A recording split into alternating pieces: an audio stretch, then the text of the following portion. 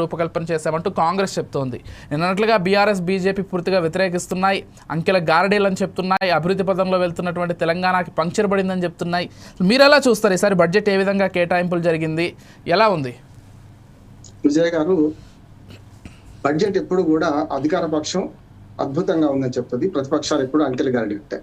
ఈ రెండిట్లో కొంత వాస్తవం ఉంటుంది. అద్భుతంగా లేదు, అంకెల గారడి అంతకంటే కాదు. నేనేమంటున్నాను, ఒక 30 ఏళ్ళుగా ఈ బడ్జెట్లను కేంద్ర రాష్ట్ర బడ్జెట్లు సమీక్షిస్తున్న వాడిగా ఎప్పుడు కూడా బడ్జెట్ సామాన్య ప్రజలకు ఇప్పటికి కూడా దొరకరాని కొన్ని అందని ద్రాక్ష పండ్లు ఉంటాయి. ఎందుకంటే బడ్జెట్ లెక్కల్లో ఈ ప్లాను బడ్జెట్ కేటాయించిన ఎవరికి అర్థం కావు. చివరికి తన జీవితంలో ఏమైనా మార్పు వచ్చిందా అనే మాట అంటారు కదా. ఈ బడ్జెట్ ప్రజల జీవితాలకు మార్పు తెస్తుందా? సామాన్యుడికి అదే కావాలి కదా, అంతే కదా. నాకేమొస్తుంది, గురిజాడ అప్పారావు గారి కన్యాశుల్క నాటకంలో స్వాతంత్రం వస్తే మన ఊరి హెడ్ కానిస్టేబుల్ ట్రాన్స్ఫర్ అవుతారని అడుగుతారు.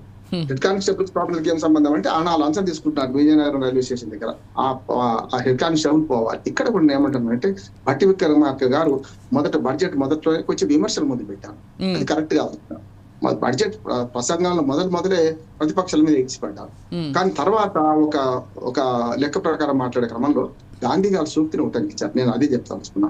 ఎందుకంటే గాంధీ గారు ఏమంటారంటే, మనం ఏదైనా పని చేసే ముందు ఆలోచించాలి, సమాజంలో చివరాకరణ సామాన్యుడికి ఈ ఏదైనా అందుతుందా, మనం చేసే పని మంచి చేస్తుందా అని ఆలోచించి మొదలు పెట్టాడు ఏ పనైనా అన్నాను. నేను బడ్జెట్ విషయంలో కూడా అదే అంటున్నాను, సామాన్యునికి ఏమైనా మేలు జరుగుతుందా అంటున్నాను.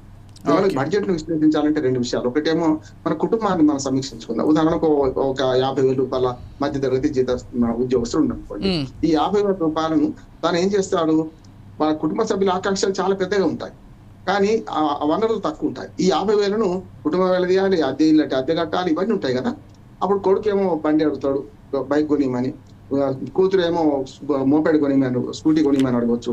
ఇట్లా వీటన్నిటిని వాయిదా వేసుకుంటూ వస్తాడు. ఈసారి కదమ్మా, వచ్చేసారి బోనస్ వచ్చినాక ఇస్తా, లేకపోతే వచ్చేసారి డిఏ పెరుగుతుంది, ఇట్లా ఇస్తా అని చెప్తుంటాడు.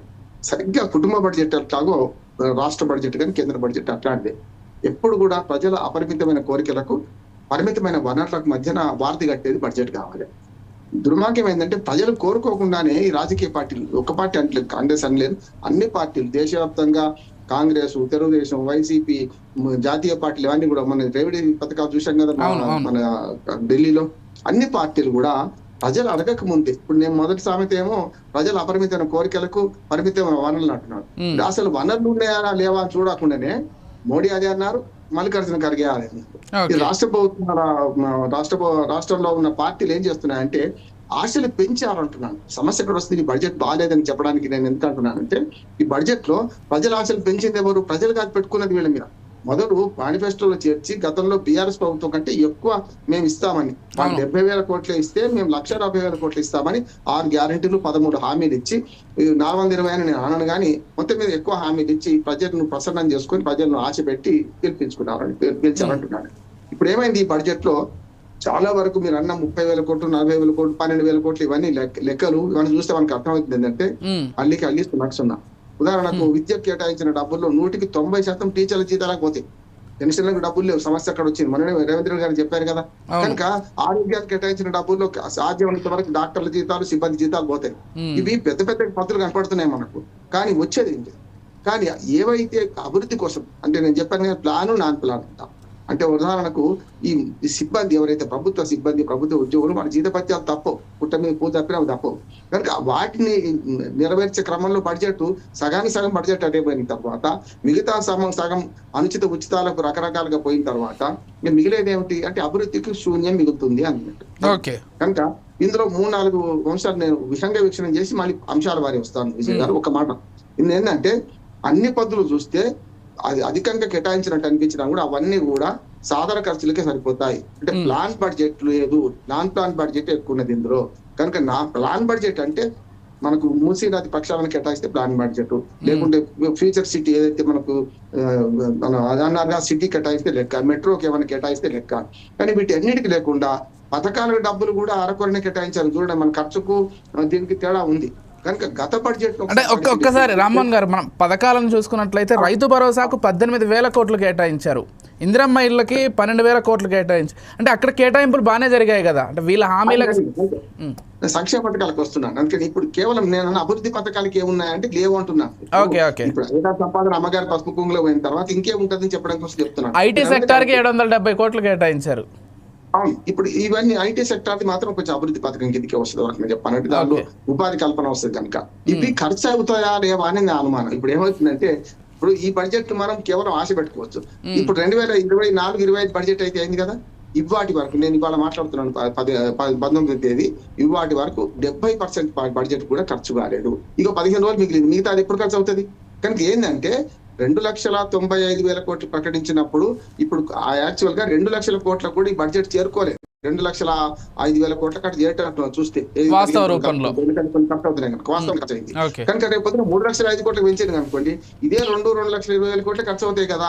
అంటే అంకెల గారిని కాకపోతే ఏమంటారు దీన్ని అంటున్నాను. అందుకని కొన్ని సంక్షేమ పథకాలు కేటాయించినా కూడా అభివృద్ధి పథకాల కేటాయింపులో కొంచెం నష్టం జరిగింది. విద్య ఆరోగ్య విషయంలో కూడా పెంచాల్సినంత పెంచలేదు అనేది ఒకటి. ఇంకొక మాట చెప్పి ముగిస్తాం.